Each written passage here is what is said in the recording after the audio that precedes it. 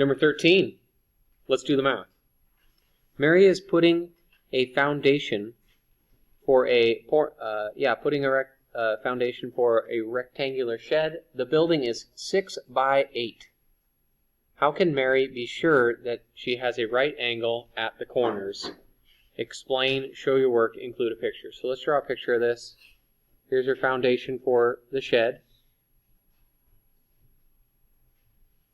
So it's 6 feet by 8 feet. She can know that these are 90-degree angles if she measures across the diagonal and gets a certain number. Either corner. She only has to measure one of these. If it's exactly the length of the hypotenuse and what that needs to be, then she'll know that she's got a right angle. So let's figure out what that number needs to be.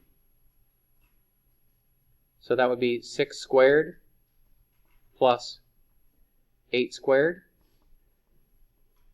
That'll get us the number on this diagonal and what it needs to be. So that'd be 36 plus 64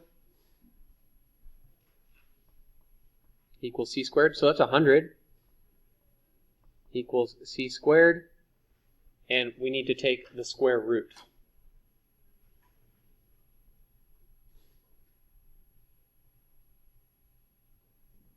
So that's 10 feet.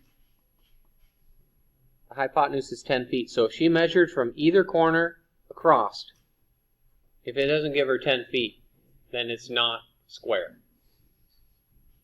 We're done. Actually, I need to write it, actually.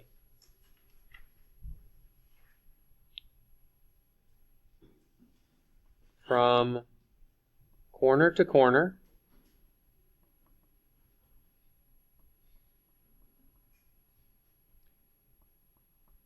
needs to be 10 feet.